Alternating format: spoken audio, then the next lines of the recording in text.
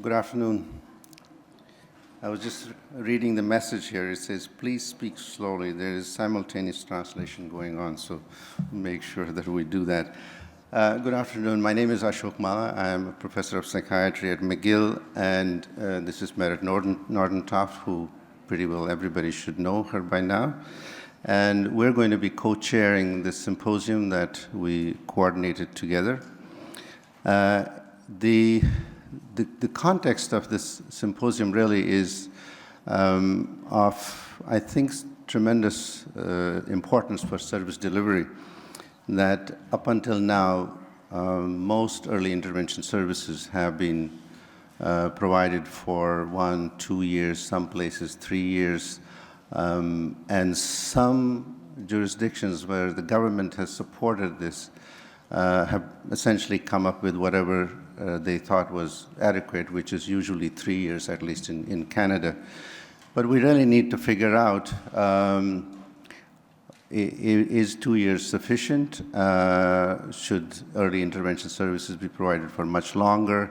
And as you'll see in the symposium, that there is rationale for thinking in that line. So the way this symposium is going to go, we have 4 presentations, but essentially 3 main presentations from 3 different regions, 3 different jurisdictions, culturally, systemically.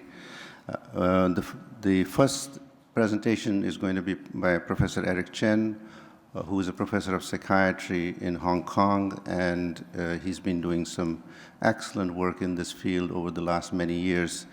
So he'll present on his studies that he and his colleagues have been conducting in Hong Kong.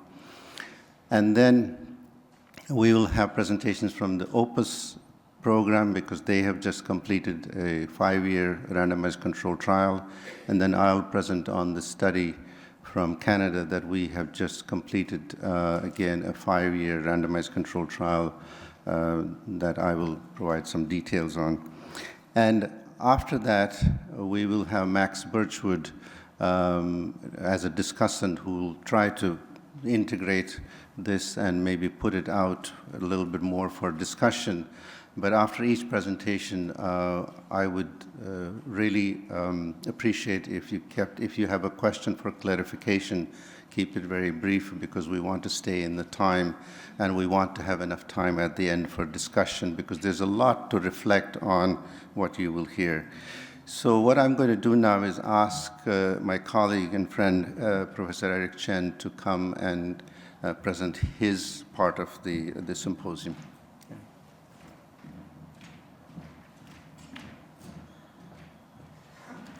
Thank you, Ashok, for the introduction. It's my pleasure to be here to bring you some data from Hong Kong that is really summing up something like 15 years of practice and of outcome assessment of early intervention for psychosis in Hong Kong. And I will have to go quite quickly because 15 minutes and 15 years work, and so I can only give you a sort of overview and the main data. Now, many of the works has been published, so you can refer to the publications for the details. So the data that I will present will mainly be coming from control cohorts, comparison between outcome of control cohort, and we do have opportunity to do some RCTs, and then we will also be looking at fairly long-term outcome. So and it's really presenting this data to you so that you can help to make sense of the data. Now, very, very quickly, and you don't need much in the way of what we are trying to do. Now, first of all, we are not talking about prodrome intervention. In Hong Kong, we haven't really done that in a systematic way. We are talking about early detection and then a focused intervention for first episode patients. And the aim of that is to achieve a good critical period outcome in the first 3 to 5 years. We were hoping that this critical period would be something like 2 to 3 years, 15 years ago when we started this study. And then we have the assumption, like many others, that this better outcome will be carried forward to the long term, to 10, 20 years. And this is, after all, why early intervention is early. It is not just intervening whenever, for whatever long you can. But we believe that by focusing our resources in the first few years, it can then achieve a sort of more sustainable, better outcome. So we set out to look at to what extent that is true in the data from Hong Kong. Now, I will have to... Is that not... Sorry, I have to point to somewhere? It doesn't seem to be working. Do I have... that is, okay. Okay, so this is quickly the duration of untreated psychosis in Hong Kong. I will go fairly quickly here to tell you what happened to the DUP in Hong Kong. And this line here shows the cumulative DUP over time. So this is what proportion of patients have presented by a certain DUP. So basically about 1/3 have presented within a month, about half has presented by about 6 months, and 2/3 has presented by about 1 year. That is the distribution we see in Hong Kong. If there is an effect of our work, public awareness work on the DUP, then this line would shift, that by a given date, more people would have presented for that particular DUP. Now, this is very quickly the sort of overall cultural and service setting in Hong Kong. Very low resources in psychiatry overall, and even with early psychosis team, we are talking about a fairly heavy caseload for the case managers, and very high stigma, and the services, outpatient services, are 5 or 6 minutes per patient. Now, and also a focus on hospital service rather than community service. So in the past, our patients, first episode patients, 90% receive their first episode treatment as inpatients. So that's something we have managed to change. And also quite high suicide rate of over 3% in the first 3 years. Okay, now moving quickly, I don't expect you to have all the details here, but this shows the overall component of the early psychosis work. There is the public awareness work, and then there is an assessment system which is backed up by a hotline service. And then once a patient is identified for the first 2 years and subsequently 3 years, we deliver a sort of comprehensive, integrated psychosocial and biomedical intervention to the best of our ability. So these are 3 major components. So this shows one of the early psychosis team. These teams are basically all people. There's no particular equipment or other facilities. So the work is really, we are talking about people-to-people contact. And how good the work is obviously depends on how good the people are. Now, the service in Hong Kong initially set off for the under 25, 15 to 25. It has now been extended to 65, so the entire adult population is covered. And as I said, initially it's for 2 years, but now the service is for 3 years. The case manager caseload is still relatively high, between 60 and 80 is the norm in Hong Kong.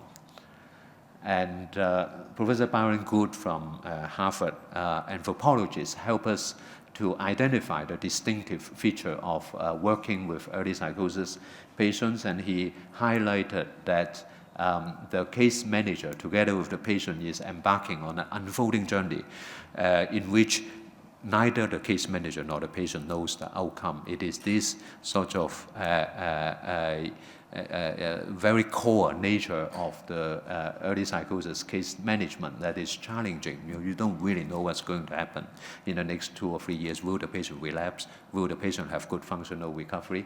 And the other thing which is characteristic of early psychosis work is a time limit. So each case manager knows that they only have 2 years or now 3 years to work with the patient. And this basically forced them to work according to a schedule. So there's a plan of what needs to be done this 6 months. If it cannot get done, then other things get delayed. And in the end, you only have 2 years or 3 years. And whatever has not been achieved by that time, then there won't be opportunity to do that with with this level of resources. So this is something that identified by colleagues as being quite stressful.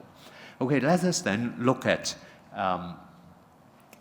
what happened to the different components. So first of all, can we reduce the DUP in Hong Kong? Now, we do this by using a lot of public awareness activities. Great, it's not working. Okay, I will skip that. This is to explain why we use the mass media, because we find that the family is actually the critical step in determining how long the delay is, and we don't know in which family psychosis is going to occur. So one approach is a generic education of the entire population through the mass media. And of course, we know that mass media is not penetrating to all the population. There are more deprived and difficult populations that are less receptive to the mass media, and they need to be addressed in more specific means. And then there are gatekeeper people, professionals that are more likely to have encounter with psychosis patients when they first present. We run special workshop for them. And then youth at school is another group because they are relatively easily accessible. So we have been doing more. So these are just photos from the various activities. Now, in the interest of time, I will just show you the outcome of whether the DUP has been shortened in the period of time that we're looking at.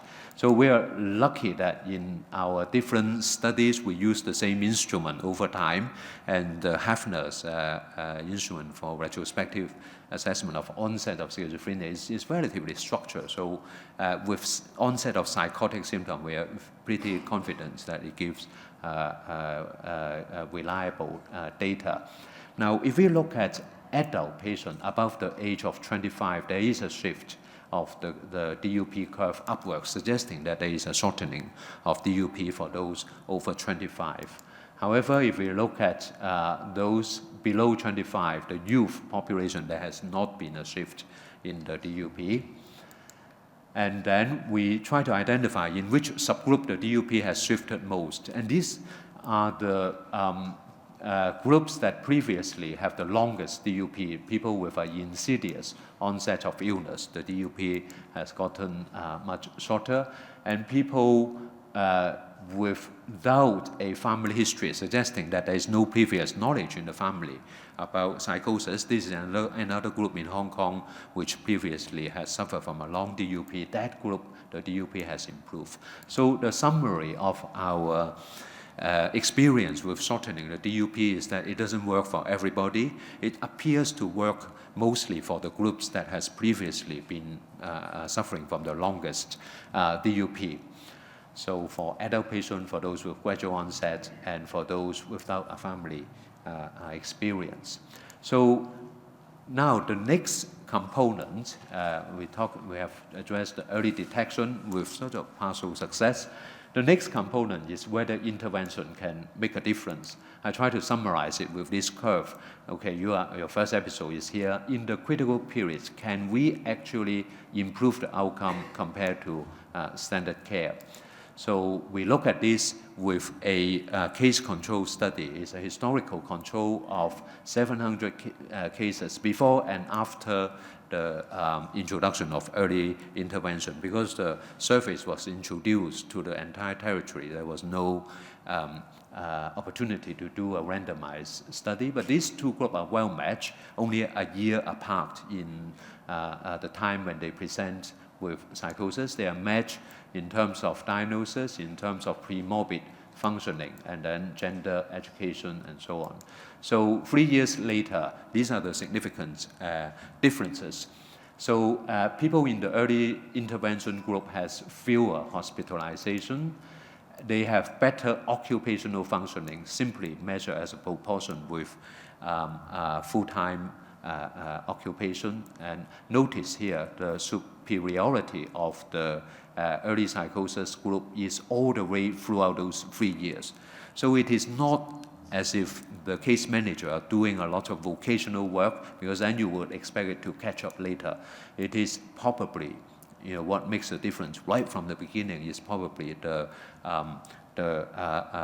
ability of the early psychosis program to avoid admission in many patients with first episode psychosis. Okay, so with the 3-year outcome, we were able to see that functioning is better, hospitalization is reduced. And so the answer to this question is, like the experience of many studies, is positive. Now the next question is whether this advantage can be maintained over the next 10 years or so. And the question is whether it is maintained or whether it converges gradually with standard care. So we have carried out a study, a 10-year outcome study led by Dr. Sherry Chen there. And basically, we again compare two groups of patients, well characterized and well matched, and we were able to trace about 70% of each group after 10 years.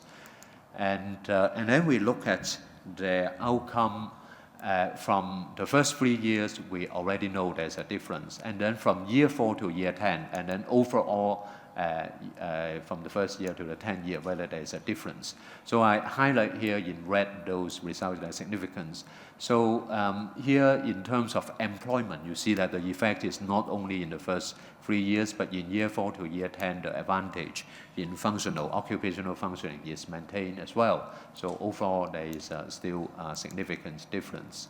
And this gives you a more visual representation: full-time employment, part-time employment, unemployment. So I have to say, in Hong Kong, the overall employment situation is not that bad. Our unemployment rate overall for Hong Kong is quite low. So this is something that is to the advantage of our patients. Now, hospitalization, in terms of the number of hospitalization, the difference is still maintained in year 4 to year 10, although the number of days is not.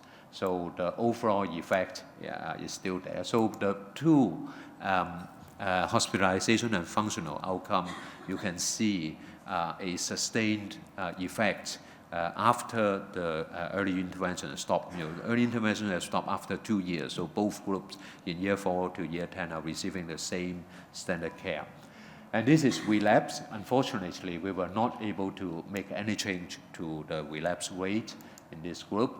However, in mortality, there was a significant reduction in mortality in the early psychosis group. So in this group, we were able to reduce or prevent the suicide that occurred in the first 2 or 3 years that we saw earlier on, although there has been a few later catch-up in suicide. The overall difference is significant. So the 10-year outcome in the Hong Kong sample appear to support that some of the effects at least are maintained and sustained over the long term. Now, then we ask the next question of, can we improve the outcome even further? Our standard intervention was for 2 years, and then we asked if we were able to provide another year of intervention, could the outcome be driven even further upwards? So this is a study led by Dr. W.C. Chang, who is here.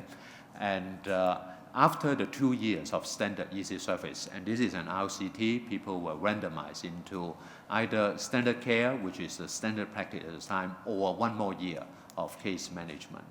And then we again use functional measures as outcome. And I will skip the demographic. But this is just to show you that those who enter this study has a SOFAS of 57. So they are still pretty disabled. The normal SOFAs is about 80, and the average for our overall early psychosis sample is 60 to 65. So those who join this study obviously feel that they still have some functional needs. So this is important to notice that in the baseline.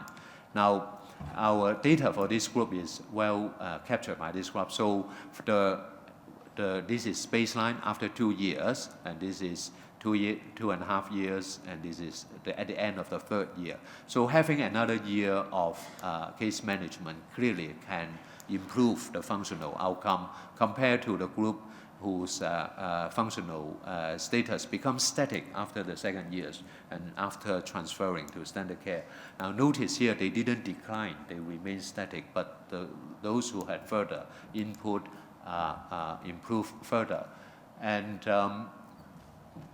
this is observable with SOFAs and also with the role functioning scale. So we measure with several different instruments. I will skip the detail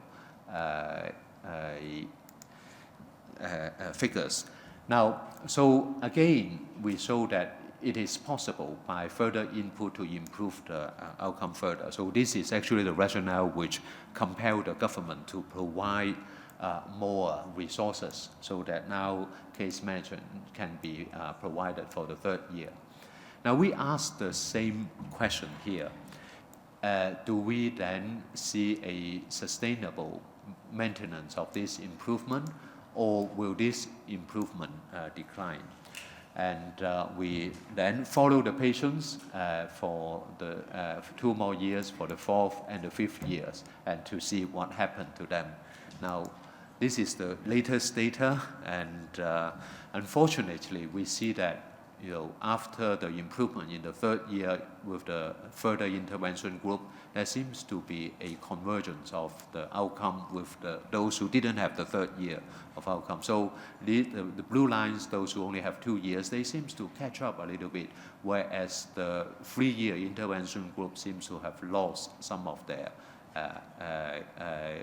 benefits in the 4th years after case managers stop following them. And we look very hard to see the different weighting scales because we were a little bit disappointed by these findings too, but they show the same picture. And so the situation is, the improvement after the 3rd year intervention appear to not to be able to be sustained after that. So how do we make sense of all this? And this is really the data I like to throw at you. And I think we have to consider some specific factors. So some of the intervention effect is maintained over the long term. But when we try harder to push the intervention, the functional level further up, that seems to be more difficult to sustain. So suggesting that, first of all, the more you input, the more you can gain. But that additional gain seems to be harder to maintain. So does it have something to do with intervention intensity, or indeed timing? Is year 3 too late, compared to year 1 and year 2? And then is there a limit in the functional level? So is it as the functional level approach the sort of normal level, is it become more and more difficult, the last few miles, so as it were, to cover, become more and more difficult, as showing that sort of like a ceiling effect. And but we also have to say that in the last observations, we see a catch-up in the 2-year intervention group. Could this be due also to improvement in standard care, which has improved actually quite a lot in the interim of these 15 years, partially driven by the early psychosis work. The standard care now also have case managers and improvement in the psychosocial intervention. So I will leave all these questions to you and for discussion.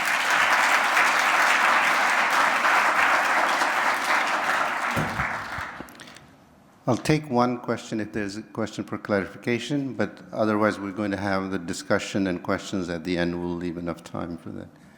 Larry.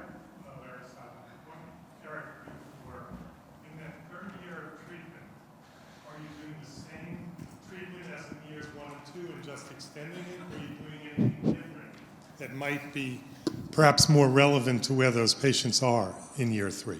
Right. Okay. So the case managements are basically need-based and quite generic.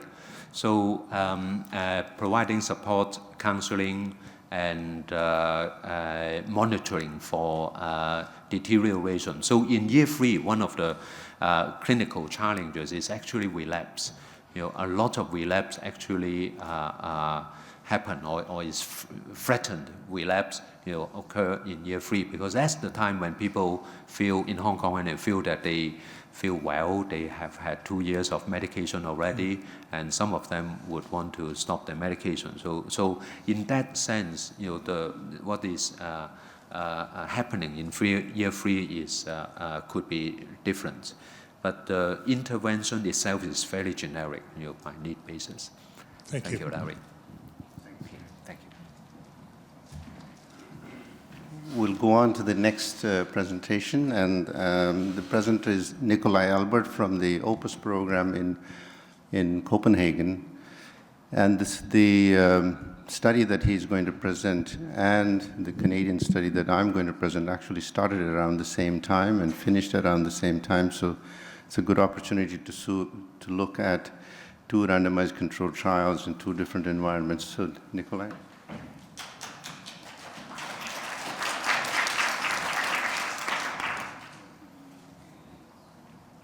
Yes, thank you. So in Norway we have this, I'm Norwegian, so we have this expression of jumping after Virkola, and it means doing something hard after somebody done it very good. And Erik Chen's compromised several trials over 15 years in 5 minutes, and I'm going to present one trial. I'll try to do as good job and as clearly as he did. But first of all, I'm going to thank the organizer for asking me to participate in this symposium. And my name is Nikolai Albert. I'm an MD and a PhD fellow at the Copenhagen Mental Health Center. And I'm going to be talking about the Opus 2 trial. Yes, and I have nothing to disclose. Sorry. So the idea of early intervention, a critical phase, a window of opportunity, and a plateau area was suggested in the early 90s. And the idea was that the early phase of psychotic illness was more receptible for intervention, and later you would have a plateau phase where patients would stabilize with a stable deficit. Here illustrated with this straight line. So the idea was, if you intervened in this critical period, you could have long-term effect given the stability of the plateau hypothesis. This is, of course, reducing somebody's life works into 3 sentences. So the Opus trial was designed to test this hypothesis. You probably all know it. It was the first episode schizophrenia trial, randomized to either specialized early intervention or treatment as usual. Patients were followed up at 1 year, 2 year, 5 year, and 10 years. And I'm gonna and the Opus treatment is based on assertive community treatment, psychoeducation on multifamily groups, and social skill training. This treatment is delivered by a multidisciplinary team, and in the original study, the caseload was maximum 10-1, but in the now implemented Opus teams, the caseload is 12-1. And I'm going to use this one slide to present all the results from the Opus 1 trial. So what you're going to have to see to understand this graph is that the 2 upper lines, the gray and the black one, are functional levels. So a high score means a high functioning. The 3 bottom ones are psychopathological scores. So a low score means low level of psychopathology. The full lines are the Opus treatment, and the stipulated lines are the treatment as usual. And as you can see at the 2-year follow-up, patients in the Opus treatment did better on the functional outcomes and better on the psychopathological outcomes. So when the treatment ended and we had the 5-year follow-up, these differences disappeared, and that's also true for the 10-year follow-up. it actually seems as patients in the Opus group are relapsing to the course of patients in the treatment as usual group. There were, though, some long-term effects on hospitalizations and use of supported housing, which are not in this graph. Together with the positive results at the 2-year follow-up and these long-term register-based outcomes, Opus treatment were implemented all through Denmark. Yeah, so that's a success in many ways, but we still have the question why. So the question is why to make the Opus 2 trial, and that is because we have this relapse after end of treatment.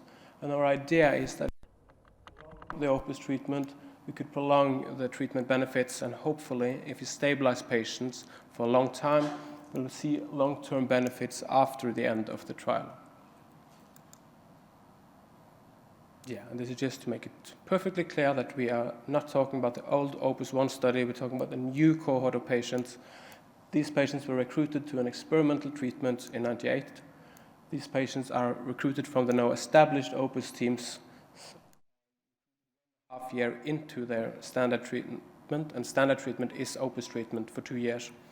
Those randomized to the intervention continued in their Opus treatment for altogether 5 years, and we ended collection of data in 2015.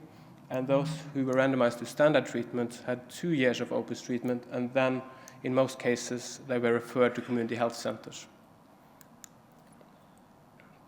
So inclusion criteria are more or less the same as they are for the Opus teams. Between 18 and 37 of age, a diagnosis within the schizophrenia spectrum, which also includes schizotypal disorder because it's placed within the schizophrenia spectrum in the ICD-10. We included patients from 6 Opus team that had been treated for 1.5 years in the Opus team when we recruited them. We excluded patients if they were re-diagnosed outside the F2 schizophrenia spectrum, and patients with a mental retardation or unable to give informed consent were also excluded from the study. Yeah.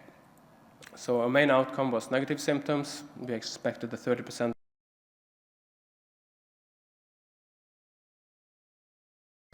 was raised to 1 to 15. Yeah. So 468 patients went through the Opus team at the time of we included from. You can see the reasons for not being included in the study. And if you exclude those who did not meet inclusion criteria or those who had moved too far away or had sadly died, we actually included 400 out of 440 truly eligible patients, which is an inclusion percentage of 91%. So hopefully it's representative. Yeah. Patients were interviewed for 3 hours at baseline and follow-up. We collected sociodemographic data on medication use, diagnosis using the scan, functional level, cognitive level, and all this data was supplemented with data from the Danish National Registers. Here you'll see some baseline characteristics of the patients included in the study. You can see there are a small overweight of women. The mean age was 25 to 26 years of age. The functional level, that's the PSP, is a score going from 100 to, now from 0 to 100, similar to the GAF, and they were just below 50. And we measured client satisfaction at baseline also. Here I have the diagnostic profiles, with 75% with a schizophrenia diagnosis, approximately 20% with a schizotypal disorder, and 2.5% with delusional disorder, and some lower percentages in the rest of the schizophrenia spectrum.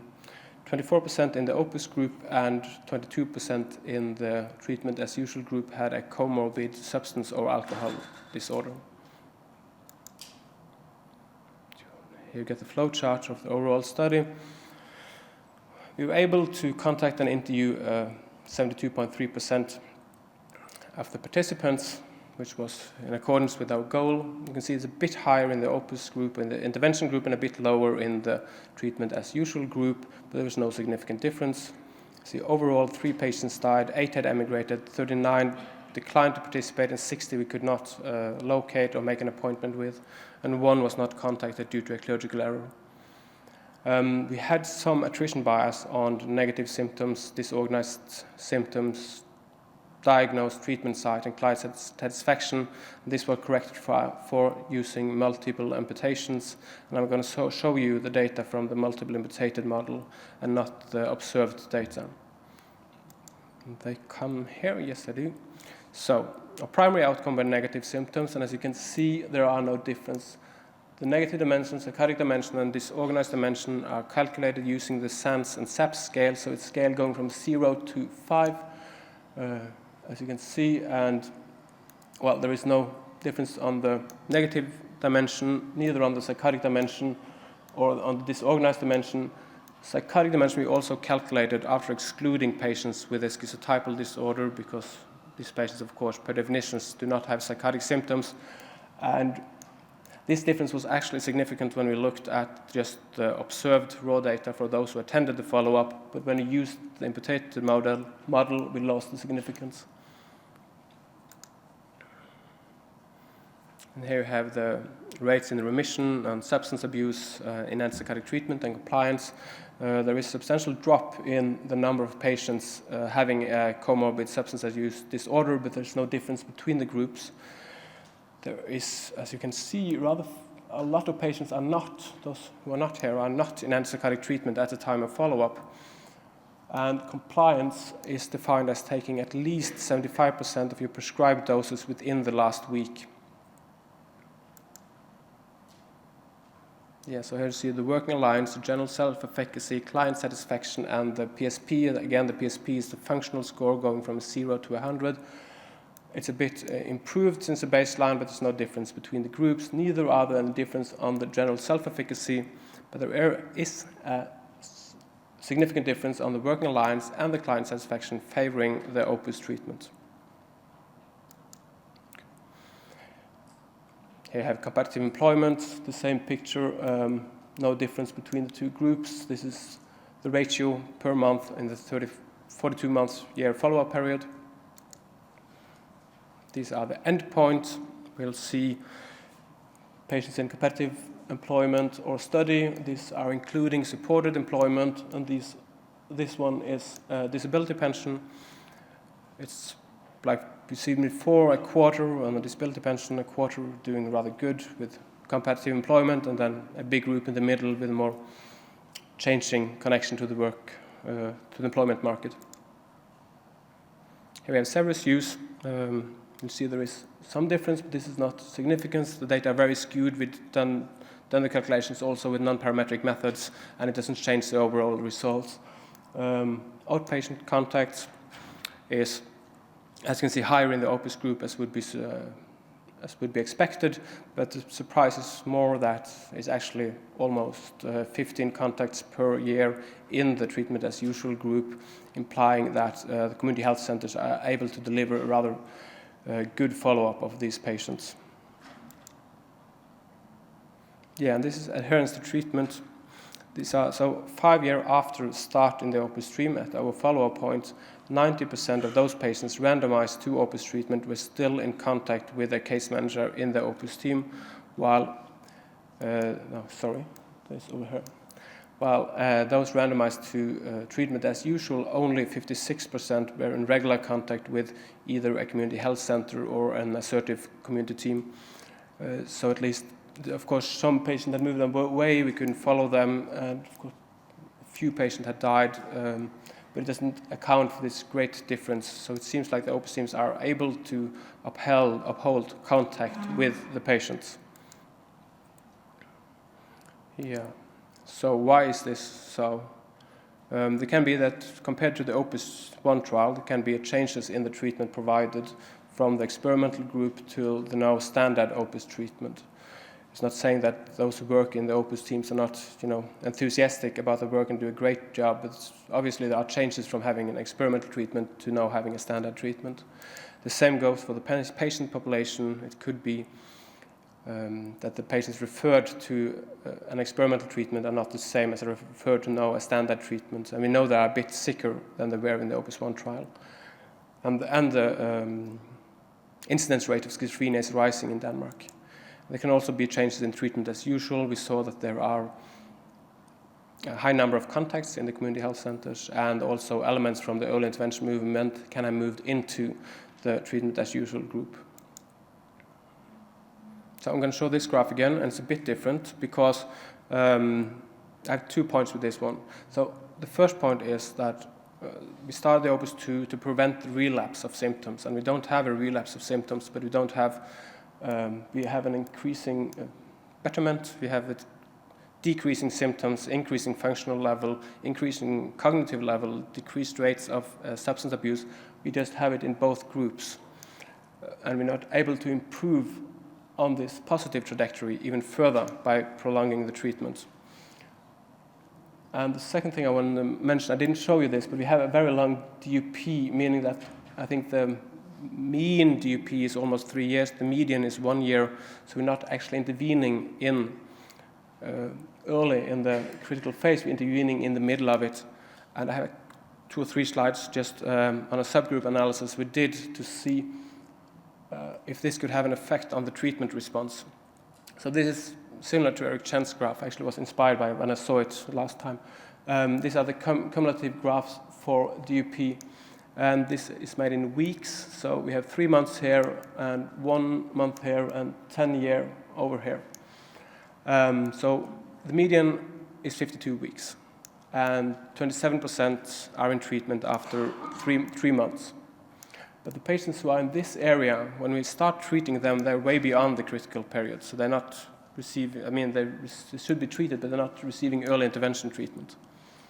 So we looked at those patients who would get most of their early intervention treatment within the critical phase, given that their DUP were lower than 3 months. And this was only 79 patients. And of course, this is a subgroup analysis, and we're not powered actually to make these calculations, but then we can just look at trends. And there seems to be a clear trend favoring the Opus treatment for the groups with a short DUP. You see on the disorganized dimension and on the negative dimension, there is a rather high discrepancy between those who were in the Opus group and those who received standard treatment. And so, but we also knew there had been waiting lists for attaining the Opus treatment. And we knew from prior studies in England that it could be like a long time after patients received the diagnosis before they actually started treatment in a specialized early intervention team. So we looked at when patients were first registered with schizophrenia spectrum disorder and how long it took until they started the Opus team. And this is the cumulative curve. By 1 year after diagnosis, 85% have started Opus treatment, and 50% have started after 3 months. Still, I think this could be shortened. I think it's shorter today, actually. We don't have waiting lists for the Opus teams. But we thought that, if you want to make an estimate of the total delay until adequate treatment, the adequate treatment for first episode psychosis should be antipsychotic medication and early intervention services. So we added these to the DUP and these one together to a total treatment delay, and looked at those who had a total treatment delay less than 6 months. And you can, no, Ashok, I'm sorry. And you can see there's a clear tendency favoring the Opus treatment for those patients who are treated early in their course of illness and not, they have a beneficial effect of being a long time in the Opus treatment. So, in conclusion, there were higher client satisfaction and higher working alliance in the Opus group, and in the overall study we did not find effect on functional level, psychopathological score, social outcomes, or cognitive score, but there is a tendency for people with a short DUP and a short treatment delay to respond better to the prolonged treatment than those who are randomized to standardized care. Yes. Thanks to everybody who has worked in the Opus 2 trial. Thank you to you for attending.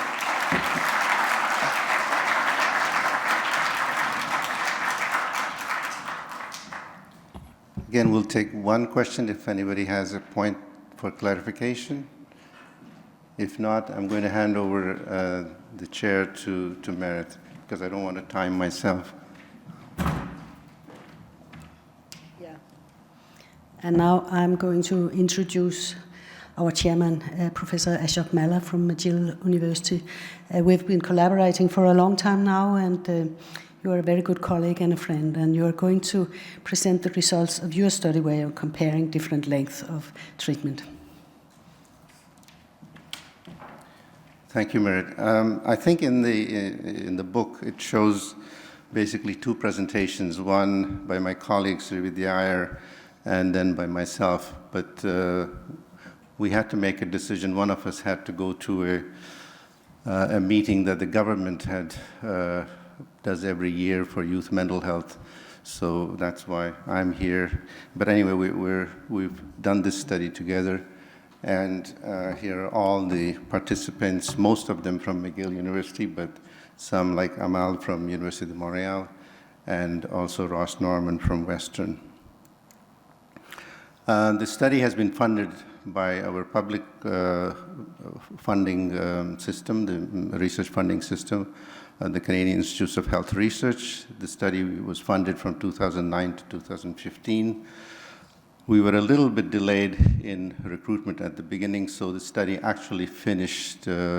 We closed the data in December 2015, and then we have been pulling together data up until now. I am the PI, and I'm funded through the Canada Research Chair Program since 2003. I think we've already heard the benefits of early intervention, specialized early intervention, first couple of years, so I'm not going to repeat that. And as you also saw quite elaborately demonstrated by Nikolai, that the gains in the Opus study made in the first 2 years were lost by patients when they were transferred to regular care. And this really raised a lot of questions in people's minds. And one of the first things we did when I was still back in London, Ontario, with my colleague Ross Norman, who then this paper was published in 2011, this was not a randomized controlled trial. This was an open trial where we extended after 2 years of intensive specialized early intervention. We offered people to continue, but only with the physician, with the same psychiatrist, and that the case managers would only come in to play a role if there was a crisis, and then get out as soon as the crisis was over. So this was kind of like a low-key early intervention continuation. And what we found was that at 5 years, the patients actually did retain the gains they had made, and in comparison to the Opus group. So it kind of gave us a signal that really we need to do a randomized controlled trial to see if there is actually any benefit for extending the specialized early intervention to the entire critical period of 5 years. So that's the trial that I'm going to present. And essentially the trial was very similar to the Opus 2. After 2 years, instead of after 18 months, we did after 2 years plus minus 3 months, so 20 months to 27 months of specialized early intervention. Patients were then randomized to either continuing to receive the specialized early intervention service or to be transferred to regular care. And just to sort of very quickly, our early intervention program is very similar to many other specialized early intervention programs. However, I do wish to point out that right from the very beginning, we've had two integral components to the program. One is early case detection, which goes on side by side with the actual phase-specific treatment program. So we do not have a waiting list. Everybody gets seen within 72 hours, and everybody comes into the program within 1 week. So that's one difference. And then when they come into the treatment program, the treatment is very similar to other specialized early interventions. There's a very big emphasis on family intervention, CBT when it is indicated. So roughly about 35% of patients receive CBT for psychotic symptoms, for negative symptoms, and depression and anxiety. And case management, the modified assertive case management is really the fulcrum of the program, and the ratios are around 20 to 22 to one case manager. So that's the sort of the overall. But in the subsequent to the 2 years after the patients were randomized, because the question was asked early by Larry, which is a very relevant question, was it the same sort of treatment? The case management was basically the same. However, all the patients were offered a booster of family intervention, and a booster if they needed of CBT, and it was all basically driven by need. And I'll show you regular care. Basically, there's 3 layers of regular care in our system, but we primarily use the two layers. One is the primary level of care, and in Quebec, primary level of care is a combination of health and social services organized in small units that cover certain units of population. So our program is in a unit of population of about 300,000, so we will have several CLSCs in that. Some CLSCs do not have family doctors, so when we transferred patients to regular care that were randomized to regular care, we made sure that obviously that the CLSC either had a family physician or the patient was connected to a family physician as well as to the CLSC. And the CLSCs are staffed by multiple disciplines, social workers, nurses, psychoeducators. And the secondary level of care was patients who were transferred primarily to what we would call a clinic externe, which is essentially a clinic staffed by a psychiatrist and often by several other disciplines, but do not necessarily have an intensive case management program, but they may have a generic case management program. So those are the two, essentially the two interventions with differences in intensity and the type of it.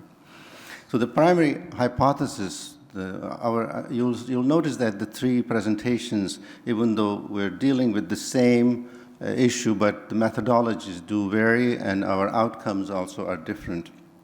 Our primary hypothesis was that individuals in the extended specialized early intervention, which is our experimental group, will show higher rates and longer periods of remission, both positive and negative symptoms, than the control group, which is the regular care, over the extension period of 3 years.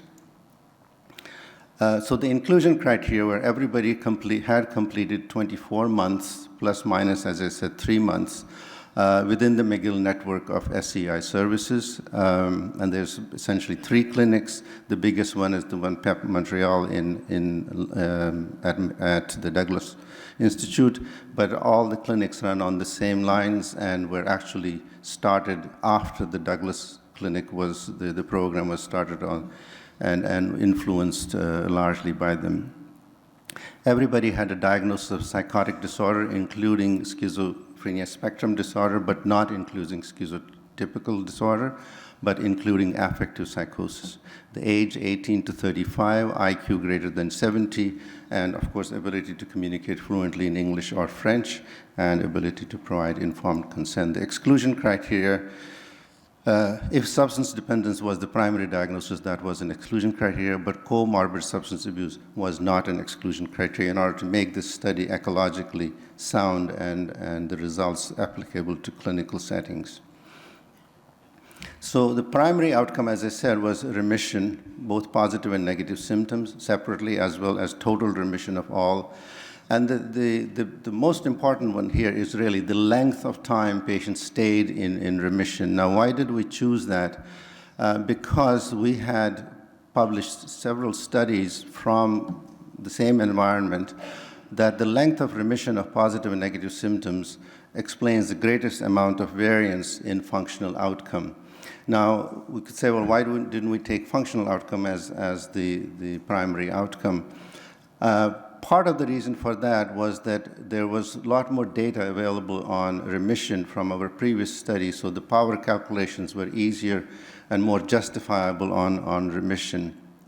So here's the rationale from one of our previous studies, that 38% of the variance is explained by these 3. Some common predictors such as DUP, gender explained about 7% of variance, verbal memory explained another 5%, but 29 to 30% of the variance was explained by length of time patients were in remission, and hence for us to use that as the primary outcome. Okay, the outcomes, we had secondary outcomes, which I'm not going to address today. We're going to concentrate only on the primary outcome because we still haven't had time to to look at all of the secondary outcomes. But one of the very important outcomes that we are currently examining, and it takes time, it takes about a year to actually apply to the government to allow you access to all the administrative data. We have it now, and that's for the economic outcome, even though we also have direct patient receipts for direct and indirect care. So I'm going to only present the primary outcome, and here is essentially just the layout of our power calculations had suggested that we need a sample of 212 with an attrition rate, I think we built about 25%, that we needed 165 evaluable patients. And you can see, I'm not going to spend time in, you can see how many patients were approached. In some clinics, some of the 3 clinics, the PEP clinic is the largest one, where majority, 80% of the patients came from there. The numbers are actually incorrect. It's 110 in each. We made an error at the time. It is 110 in each. And all patients, as I said, had received 2 years and then were randomized.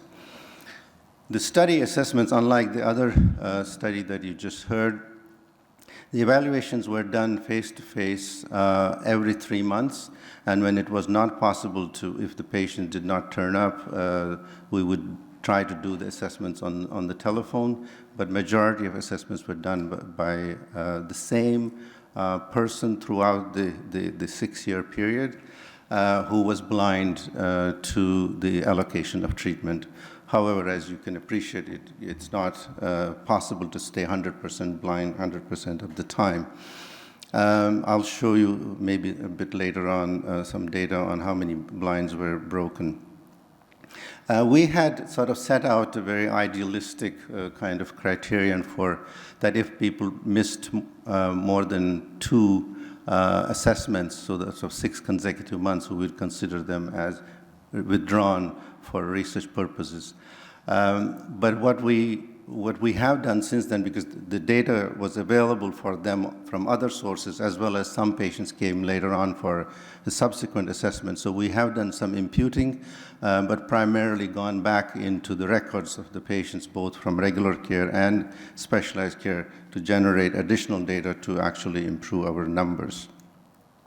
And this is just the protocol. As you can see, it's a fairly elaborate protocol, including substance abuse, functional outcomes, quality of life, relationship between patient and therapist, and so on. Just to show you the results now, this is the result at baseline. As you can see, there are really no differences on any of the measures between the two samples, two groups. And DUP, our median DUP is around 11 to 12 weeks. It used to be much higher when we first started. And the diagnosis, there's no difference. At the bottom 2 lines basically give you the data on positive and negative symptoms at the time the patients first came into the program, which would have been 2 years prior. So even when you look back retrospectively, these 2 samples were very similar. We asked, after randomization, we asked everybody if they were happy with the condition to which they were randomized. And as you can see, and then we repeated that at 1 year and repeated that at 3 years. And as you can see, the patients who were randomized to specialized early intervention, majority of them were very happy. But the ones who were randomized to regular care, they were not all unhappy. It was kind of evenly distributed. 1/3 were not happy, 1/3 were quite happy, and 1/3 said that they didn't really care. And I think we haven't done anything with these data yet in terms of how it influenced outcome, but we will eventually. Transfer to regular care, and I think you realize that I've done pharmacological trials in the past. We've done CBT trials. Service model-based trials are much, much harder to do. And one of the issues here is you randomize a patient to regular care, then regular care has to be ready to take them. And often that was a major struggle. And in fact, we became quite innovative. We may, in fact, have figured out good ways of how you can transfer patients quickly. However, the mean length of transfer was 5.7 months, which meant that patients Ethically, we could not simply say to the patients, look, you've been randomized to regular care, now you leave. We had to arrange the regular care for them. The second point, which may help you to sort of nuance the results as well, is that the regular care was decided through consensus between the patient, wherever family was involved, and the clinician of what would be the best match, because we had basically primary care and we had the external clinics. And that matching, into that matching went the issue of how stable was the patient. Would this patient be able to cope just seeing somebody in primary care? And again, we haven't yet looked at how that matching played out. And as I alluded to earlier, when we used that very strict criteria of 2 assessments missed meant no longer part of the research protocol, and that you can see how it was much higher in the regular care. But as you will see later on, we were able to retrieve quite a bit of that data. Okay, one of the outcomes I think we need to think about is clinical service retention. How long did the patients stay in clinical follow-up? And as you can see here, people who were randomized to specialized early intervention, here we're looking at seeing anyone, either a physician or any other profession. And you can see that 75 units of intervention were provided to the specialized early intervention group as opposed to nearly 40 for the regular care. So they got more care. And when you look at the length of time they stayed in care, either seeing a physician or any other healthcare profession, again, you have a significant difference. The people in regular care are dropping out of treatment. And as Nikolai also pointed out in his data, that's the case. And here, this is the same thing, basically looking at the attrition, clinical attrition. And when we looked at them, physicians and other healthcare professionals separately, not a surprise that you would have that difference even more exaggerated for other healthcare professionals, because case management was the central focus for the early intervention program, so they were more likely to see other healthcare professionals compared to regular care. However, the differences are significant for both physician and non-physician, both in terms of length as well as the times that they saw the healthcare professional. And here again, this is for physicians, and these are all significant differences. This is for other healthcare professionals, even bigger separation. Okay, now the main outcome, time in remission during the entire 36-month follow-up. This is basically entire, both positive, where patient met criteria for both positive and negative remission, and as some of you will recall, this is based on the consensus criteria published in 2005, the IEPA consensus criteria of 2 or less on SAPS and SANS, which is mild or less. And here you have the length. It does not reach statistical significance for the total remission. And you lose more subjects here because for some, negative symptom may be missing. For others, the positive symptom may be missing. So you're going to lose those subjects because you cannot calculate the total remission. However, when we looked at positive symptom remission, the patients in the SEI had a much longer period, 21.2 months out of the 36 months that they were in complete remission, as opposed to the regular care where they were in complete remission for less than 15 months. When we looked at negative symptom remission, it did reach significance, but it's a marginal significance. But clearly, the specialized early intervention patients had longer periods of negative symptom remission. As we all know, it's much harder to achieve negative symptom remission compared to the positive symptom remission. But the rate of remission at the end of treatment or at the end of 36 months was not different, which is not a surprise, because if you do an assessment at one point, it's going to be very different from actually looking at the entire length, and it is the length of remission that seems to be of significance for functional outcomes. So just lastly, I want to take on a couple of issues to discuss, and then I'll hand it over to Max. As I said, unlike drug trials, even in drug trials, it's difficult sometimes to retain patients. However, it's a problem when you extend for 3 years and you expect patients to come every three months for assessments. That was a challenge. Transfer to regular care, I mentioned already, was a challenge, and sometimes we would send a referral and we would get an answer back, well, we lost the referral, so you lose another few weeks.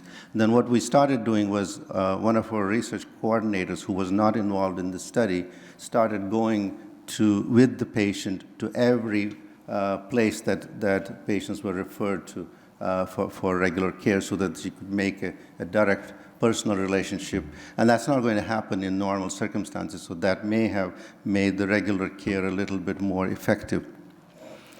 Fidelity to treatment, I think, is an issue, and I'm not presenting data on that. We did check fidelity to treatment at each of the 3 clinics, because we had criteria for example, the patient had to be seen a minimum of every 2 weeks throughout the three-year period if they were randomized to specialized early intervention.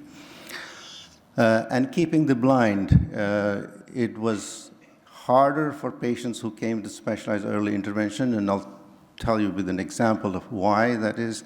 So it was broken more often for the specialized early intervention, because some patients, even though they were told not to tell the person who was going to evaluate them, they would come in and say, get excited, guess I just saw Dr. Joubert or Dr. somebody, and I had a really nice chat with them, and there goes your blind, because the person knows where their doctor works. However, we did ask the person who was doing the assessments to guess every year, and most of the time she was able to guess around 50% of the time correctly whether the patient had been in regular care or in specialized early care. So just to conclude, I think first of all, I would say the first episode patients remain engaged in treatment for much longer and at a higher rate in this experimental study in a specialized early intervention service compared to regular care, and they receive more units of care. The length of time patients are in remission for both positive and negative symptoms at the same time is marginally higher. However, the length of time they stay in remission for positive symptoms alone is significantly higher, and so they are psychotic for significantly less period of time. And in case of negative symptoms, that just reaches significance at 0.05 level.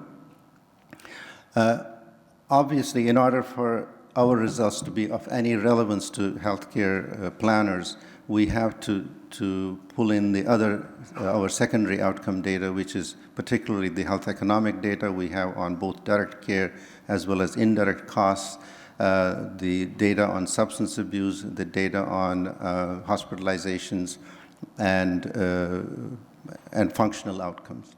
So I think I'm going to stop there, and if there is a question, I'll be happy to answer that, and then I'll hand it over to Marriott. Thank you.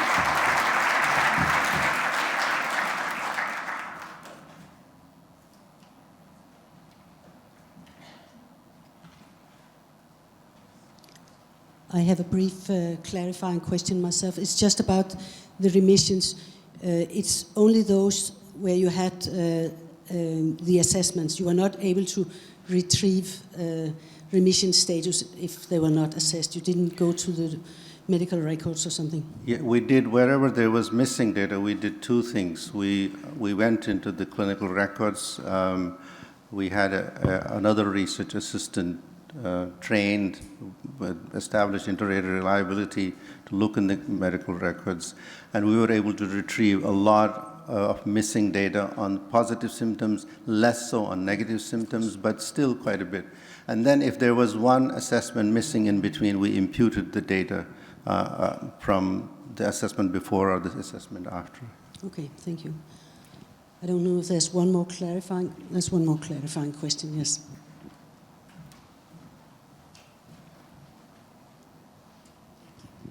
Thank you, Ashok, for a wonderful talk. I'm wondering, when you asked participants if they were happy with the match that they received, how did the clinicians and the researchers deal with the issue of participants not being happy with not being able to be randomized into the specialized care? Yes, it did come up from time to time, but I think when people signed consent, it was explained to them that once the randomization is done, it is final. You have to realize also that they would have been transferred to regular care anyway because our program ends at 2 years. So it was not as if they had an option otherwise, so that made it a bit easier. Sometimes it was clinicians who said, no, I don't think this person should be going to regular care after the randomization, but that was how it was. Okay. Well, thank you. Then I think Max should start his wrapping up.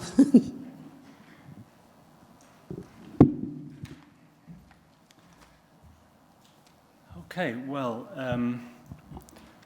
colleagues, I suppose the first thing I'd like to do is to offer huge congratulations to our colleagues here. These are, as Ashok was describing, we just rehearsed it, these are very difficult studies to do.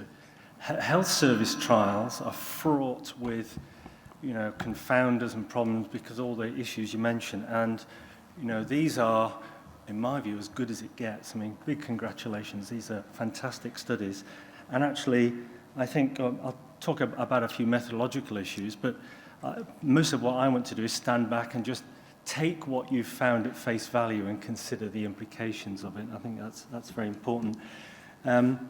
So I just want, if I may, just for a couple of minutes, just stand back and wind the clock back a bit, going back to the early 90s when we developed this idea of the critical period, and why we did it and what these studies are saying.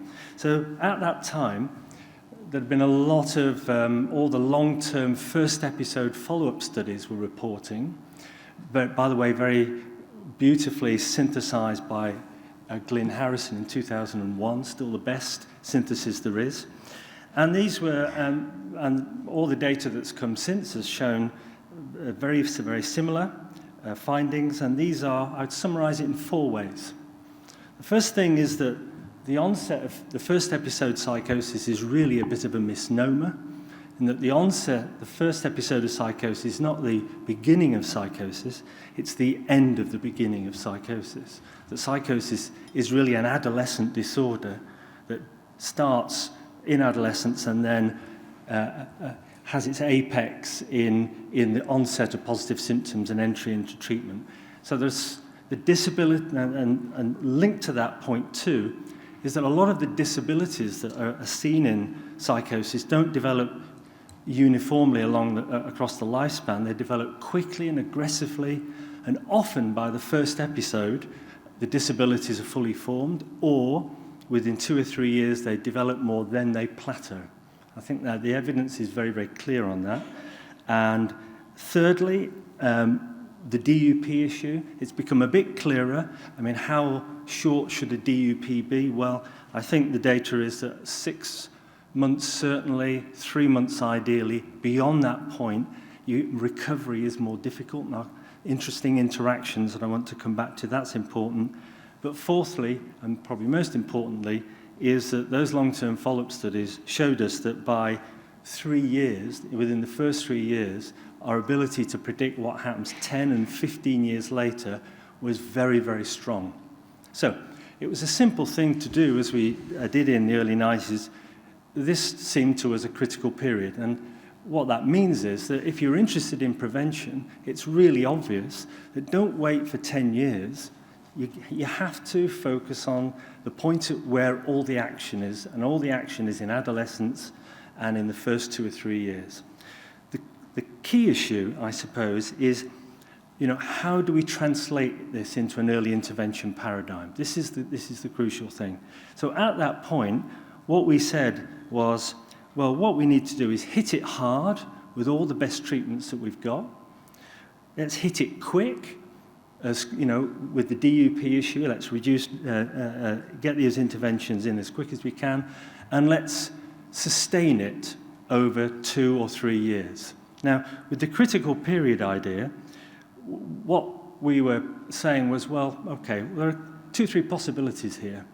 Either we hit it hard, and then after 2 or 3 years, if we step it down, it would be great if all that change was sustaining, like Nikolai showed as a new plateau. Or we hit it hard, hit it quick, then we step down, and it's possible that all the gains are lost. What does that mean? Well, that means that these interventions in psychosis are only effective as long as they are active. The third possibility is that both of those things are correct. And we all know that schizophrenia is a very heterogeneous disorder, and it may well be for some, you can step down effectively and these changes are maintained. In others, you need to continue it at some level, and I want to come back to that, if I may. So, the first generation of studies, you know, the Opus 1, RAISE, as we've heard recently, the GetUp project from Italy, the LEO project and others, has shown us that you can improve, by hitting it hard and hitting it quick, you can improve outcome after 2 years. That's very, very clear, and I think is more or less, proven. The issue is, does that sustain itself, or is it only effective as long as they're active? Okay, so when those interventions were stopped, the changes were not sustained. So what we've got here is some really important studies that have said, well, what happens if how do we maintain those gains? And the answer here is to say, well, let's do more of the same. And interesting, Nikolai describing that the intervention was more or less the same in those periods, and other colleagues have more or less said the same, I think, maybe 1 or 2 differences. And so my characterization of the results is this. Eric, where are you? I'm going to summarize your 15 years of work in about 10 seconds. So I think what Eric showed is that the additional year helped, but the benefit didn't persist. And interestingly, there was a long DUP for about 1/3 of your clients. In Ashok's study, in Opus study, the 5 years of EI, as it were, compared to those who received routine care, made no difference. And the point I would emphasize here is that the control group in Opus, and the same with Deborah, this is the group that, compared to treatment as usual, once you follow them up after 5 years, made no difference. So it's really important to demonstrate that those receiving sustained DI could move apart from the treatment as usual group. And in the Opus study, that was not found, although there were interesting DUP interactions. I'll come back to that in a minute. In Ashok's, you did indeed find that sustained intervention did lead to sustained change, or not quite at the level of the primary outcome you hope, but to me, I was very, very convinced that was the case. Of course, what you didn't do, it's not a criticism, it's just the way it was, you didn't then drop it down like Eric did. In Eric's study, he stopped it, and the gains weren't maintained. So we still have the same issue of what we do when we stop this level of intervention, or stop this level of intensity. I would just say, before I talk about where we go next, just methodologically, as I say, I think we just got to take these studies as they are. They are, in my view, they are quite definitive. Interestingly done in different healthcare contexts. That's really, really important, because that has some bearing on treatment as usual, which is crucial in understanding this. So I think the issues are, there's interesting DUP interactions here. And I think, Nikolai, you started to look at those DUP interactions, and I think if I understood it correctly, those with shorter DUP benefited more. Very, very interesting. This was the finding in RAISE, don't forget. They found a DUP interaction. So it may well be that we need to think differently about the issue of DUP, and I'll come on to that in a moment, if I may. We also need to ask about treatment as usual. And this is what happened with assertive community treatment in the UK, is that those concepts and ideas started to have an impact in routine care. And that assertive community outreach was happening. It was very difficult to contain it. These things are highly permeable. And unless you monitor treatment as usual, clearly it's very difficult to know what's going on there.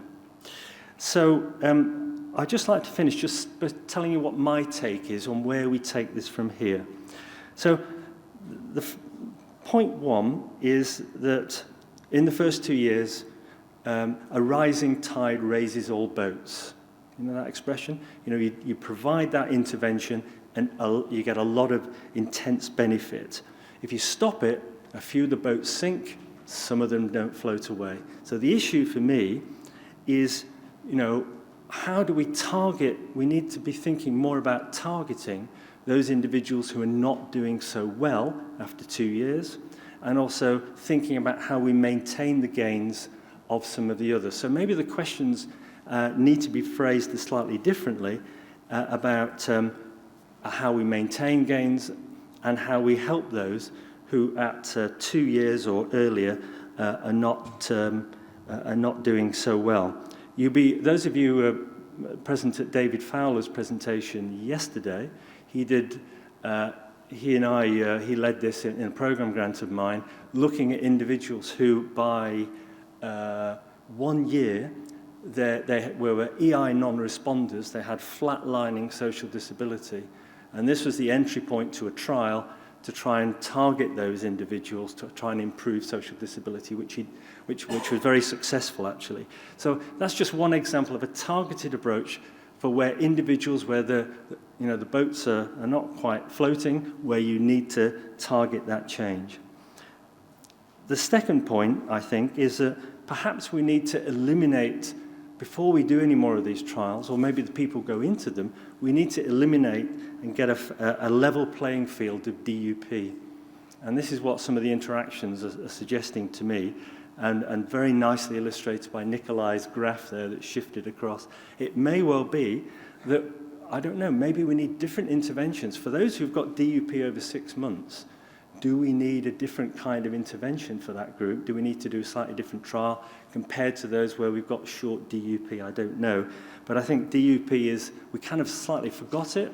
And in these studies, we need, what they're suggesting is you need some sustained intervention in the context of individuals who've already got short DUP, and I think that's the other thing. The other third point I would raise is that relapse is the enemy of remission. And relapse prevention, preventing the first relapse is really crucial. And I think maybe more, we need to put a lot more effort into that. And in this conference, there's a lot of emphasis on digital technology. I mean, I did a lot of that work on early signs of relapse a long time ago. Part of the problem is that when people are relapsing, you've only got a couple of weeks in order to, the changes occur quite quickly. And if you lose contact with people, you lose the opportunity to get in quick. And I'm doing a study with Andrew Gumley and others using digital technology to improve that kind of contact, and I think that's happening elsewhere. So relapse prevention, really important. And finally, I just wonder whether you could argue, are our interventions good enough? I mean, this all depends on having really good interventions, hitting them hard. Hitting them quick is one thing, hitting them hard, but with what? Are they good enough? And one of the things that I think is really interesting in this meeting is that there are an awful lot of new interventions being developed. And I think that the new interventions that I think are important and somewhat neglected are a direct focus on social disability, very, very important, and getting people into employment and work. I think that is a great protective factor, and the work that David Fowler's doing is really, really important, I think. There's still very little focus on effective dysfunction in psychosis. We know there's a high rate of depression, of social anxiety disorder, PTSD, Mark van der Hagen and colleagues have moved us forward in the PTSD domain. I think there's a lot to be done in developing interventions for affective disorder. Some would argue that is part of the early motor of psychosis. I think that's really crucial. And also, of course, relapse prevention. So these studies, I think, are really important, and they just raise new questions. The critical period idea is still there. I think we just need to rethink, after 2 years, what is our best strategy for maintaining and targeting change with individuals who have done well and those who have not done so well. I hope that's been helpful. Thank you.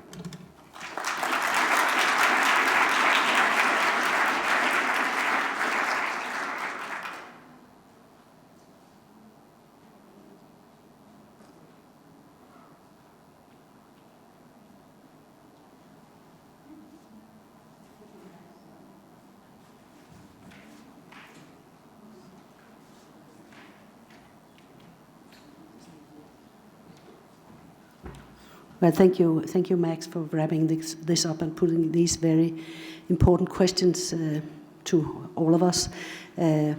We are about to close. I don't know if there's a final question, a final remark from somebody. Larry has a. I don't think this microphone is working. Otherwise, you. Yeah.